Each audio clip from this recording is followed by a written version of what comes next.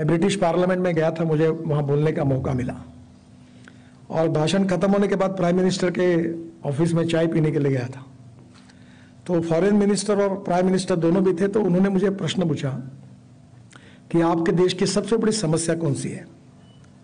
तो मैंने स्वाभाविक रूप से कहा कि हमारे यहाँ गरीबी, भूखमरी और बेरोजगारी सबसे बड़ी समस्या है।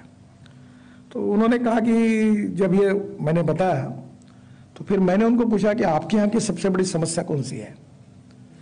तो उन्होंने कहा कि हमारी सोशल सिस्टम में अभी काफ़ी उद्ध्वस्त हो रही है। तो मैंने बोला क्यों? बोले हमारे यहाँ नए लड़के और लड़कियाँ लिविंग रिलेशनशिप में रहते हैं और इसके कारण परिवार पद्धति कोलैप्स हो रही है। हमें समझ में नहीं आता कि इसका कैसे हम मार्ग ढूंढें। फिर उन्होंने मुझे कहा कि आपके यहाँ ये समस्या नहीं है। मैंने कहा नहीं के बराबर है। बोले ऐसे कैसे हो सकता है, जब आपके यहाँ गरीबी है तो ये आपके यहाँ क्यों नहीं है? तब मैंने उनको कहा कि हमारी समाज पद्धति, जीवन पद्धति मूल्याधिष्ठित है। गरीब के घर में भी अच्छे संस्कार हैं और अच्छे संस्कारों के कारण, जो मूल्याधिष्ठित संस्कार पद्धति उसके कारण हमारे यहाँ ये समस्या नहीं के बराबर है। और ये हमारी भारतीय समाज की सबसे बड़ी ताकत है। हम एक तरफ साइंस, टेक्नोलॉजी, इनोवेशन सब में आगे जाए, पर दूसरी ओर हमारी व्यक्ति के रूप में जो जीवन पद्धति है, संस्कार पद्धति, उसके तरफ भी ध्यान दें और दोनों का समन्वय रखकर ही हम आगे जा सकते हैं। मुझे बहुत खुशी है कि आज स्टार्टअप में हमने बहुत प्रगति की। मैं अभी चौधरी साहब को बता रहा था और उसमें मेजोरिटी IIT के। मैं ई व्हीकल, मेरा एक संकल्प है, बहुत कठिन है वो। बहुत कठिन इसलिए कि मैं तो कहता हूं कि एक दिन करना ही है, जल्दी करना है। वो है कि पेट्रोल डीजल को देश से हद पार करना है। मैं e vehicle, ethanol, methanol, biodiesel, bio LNG, bio CNG, इस पर बहुत काम करता हूं। और मेरा ये मान्यता है कि diversification of agriculture towards energy and power sector. हमारा किसान अन्नदाता के साथ ऊर्जादाता बने। और मैं आज आया हूँ वो आपके सामने भी कुछ प्रॉब्लम रखकर, जिसका सोल्यूशन आप जरूर निकालोगे। तो मुझे एक मित्र ने कहा कि आपको क्या महसूस होता है। मैं कभी दिल्ली नहीं जाता था। पहली बार पॉलिटिक्स में प्रेसिडेंट बन के पार्टी का दिल्ली गया था। तो दिल्ली का पानी अच्छा नहीं है, महाराष्ट्र बहुत अच्छा है, मुंबई बहुत बेस्ट है, दिल्ली में बड़ा होशियारी से काम करते हैं लोग। अब होशियारी का शब्द अर्थ आप एग्जैक्ट समझ लो। तो मैंने उनको बताया था कि जिन लोगों को मैं बहुत बड़ा समझ रहा था, उनके नज़दीक जाने के बाद मुझे महसूस हुआ कि मैं जितना बड़ा समझ रहा था उतना वो बड़े नहीं है, बहुत छोटे हैं। और मैं जिनको बहुत छोटा समझ रहा था, उन लोगों के नज़दीक जाने के बाद मुझे पता चला कि वो बहुत बड़े हैं। और ये मैंने अपने जीवन में एक्सपीरियंस किया। मैं पॉलिटिक्स में हूँ तो राजनीति में चुनाव होते ही है। तो हमारे यहाँ नागपुर में ट्राइबल सेक्टर में वो पारधी समाज की एक महिला थी।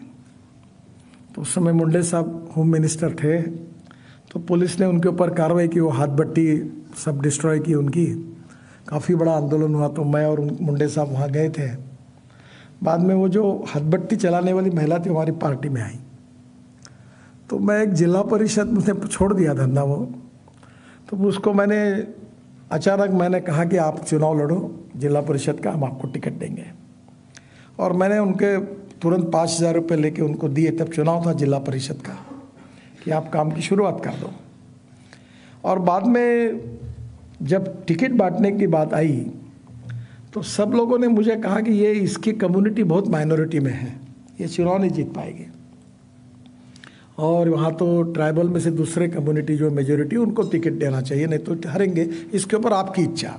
मेरे लिए कोई नहीं बोल रहा था, पर सब ने मुझे कहा कि ये उचित नहीं होगा। तो मुझे बड़ा धर्म संकट आया कि अब क्या करना। तो मैंने 5,000 रुपये भी दिए थे और प्रॉमिस भी दे दिया था। और वैसे चाहता तो मैं टिकट दे सकता था, मेरे लिए कोई विरोध नहीं कर रहे थे, पर मुझे वो ठीक नहीं लगा। तो मैंने उस महिला को बुलाया और मैंने उनको कहा कि मुझे माफ़ करिए, आपको टिकट नहीं दे पाते क्योंकि जितना मुश्किल होगा ऐसा सबका कहना है। मैंने तो आपको कह दिया और आपने काम भी शुरुआत कर दिया। अब आपको नहीं बोलना पब्लिकली सब आपने डिक्लेयर करने के बाद मेरे लिए बहुत है, मैं आपकी क्षमा मांगता हूँ। उसने कहा भाऊ क्षमा क्या मांगते हो, उसकी क्या ही है, कोई ज़रूरत नहीं, आप जो भी उम्मीदवार देंगे उसका मैं काम करूँगी। और झट उसने पर्स में से पैसे निकाले, कहा कि 3 दिन मैंने गाड़ी लगाई थी, ये 1800 रुपये खर्चा हुए, बाकी पैसे ये आप वापस लो और जो भी उम्मीदवार होगा उसका मैं काम करूँगी। और तुरंत हंसते हुए वो चली गई और उसने उसका काम किया। अब मैं इतना राजनीति में कि जब टिकट नहीं मिलता तो कैसे लोग नाराज़ होते, घर के बाहर निकाल देते, गालियाँ देते, उसका मैंने बहुत अनुभव लिया है। तब मुझे लगा कि ये इसके ऊपर ना एजुकेशन है ना संस्कार है, इसने कितना अच्छा व्यवहार किया। तब मेरे ध्यान में आया कि केवल एजुकेशन से ही प्रगल्भता आती है, अच्छा व्यक्ति बनता है, ये सच नहीं है।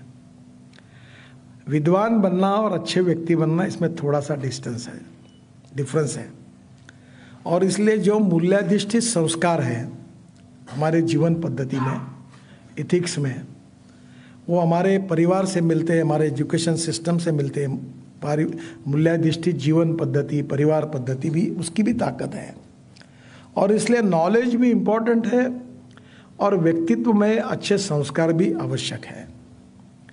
विवेकानंद जी ने कहा है कि no philosophy can be taught to empty stomach. तो पैसा तो कमाना है, पर पैसा जीवन का साधन है, साध्य नहीं है। और ये बात हम लोग समझ सकते हैं, विश्व में ये बहुत बड़ी समस्या है। मैं ब्रिटिश पार्लियामेंट में गया था, मुझे वहाँ बोलने का मौका मिला और भाषण खत्म होने के बाद प्राइम मिनिस्टर के ऑफिस में चाय पीने के लिए गया था। तो फॉरेन मिनिस्टर और प्राइम मिनिस्टर दोनों भी थे। तो उन्होंने मुझे प्रश्न पूछा कि आपके देश की सबसे बड़ी समस्या कौन सी है। तो मैंने स्वाभाविक रूप से कहा कि हमारे यहाँ गरीबी, भूखमरी और बेरोजगारी सबसे बड़ी समस्या है। तो उन्होंने कहा कि जब ये मैंने बताया तो फिर मैंने उनको पूछा कि आपके यहाँ की सबसे बड़ी समस्या कौन सी है। तो उन्होंने कहा कि हमारी सोशल सिस्टम में अभी काफ़ी उद्ध्वस्त हो रही है। तो मैंने बोला क्यों? बोले हमारे यहाँ नए लड़के और लड़कियाँ लिविंग रिलेशनशिप में रहते हैं और इसके कारण परिवार पद्धति कोलैप्स हो रही है। हमें समझ में नहीं आता कि इसका कैसे हम मार्ग ढूंढें। फिर उन्होंने मुझे कहा कि आपके यहाँ ये समस्या नहीं है। मैंने कहा नहीं के बराबर है। बोले ऐसे कैसे हो सकता है, जब आपके यहाँ गरीबी है तो ये आपके यहाँ क्यों नहीं है? तब मैंने उनको कहा कि हमारी समाज पद्धति, जीवन पद्धति मूल्याधिष्ठित है।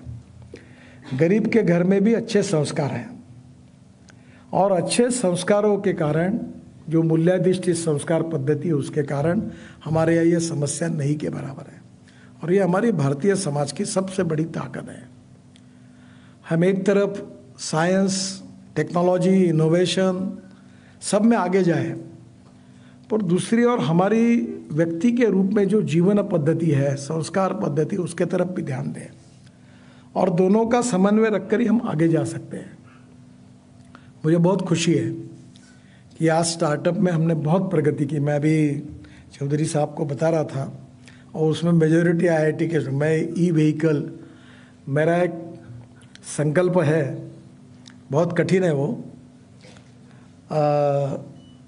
बहुत कठिन है इसलिए कि मैं तो कहता हूँ कि एक दिन करना ही है, जल्दी करना है। वो है कि पेट्रोल डीजल को देश से हद्दपार करना है। मैं e-vehicle, ethanol, methanol, biodiesel, bio LNG, bio CNG, इस पर बहुत काम करता हूँ। और मेरा ये मान्यता है कि diversification of agriculture towards energy and power sector, हमारा किसान अन्नदाता के साथ ऊर्जादाता बने। और मैं आज आया हूँ वो आपके सामने भी कुछ प्रॉब्लम रखकर जिसका सोल्यूशन आप जरूर निकालोगे। और वो यही है कि हमारे देश में 16 लाख करोड़ का इंपोर्ट है फॉसिल फ्यूल का। और जैसे इकोलॉजी एंड इन्वायरमेंट में pollution is big concern, water pollution, air pollution, sound pollution, तीनों हमारे लिए गंभीर प्रश्न है। और इसलिए मैं ये मानता हूँ कि ये हमारे देश में हमारी ऊर्जा, हम ऊर्जा को इंपोर्ट करने वाले हैं, एनर्जी को, हम एनर्जी को एक्सपोर्ट करने वाला देश बने।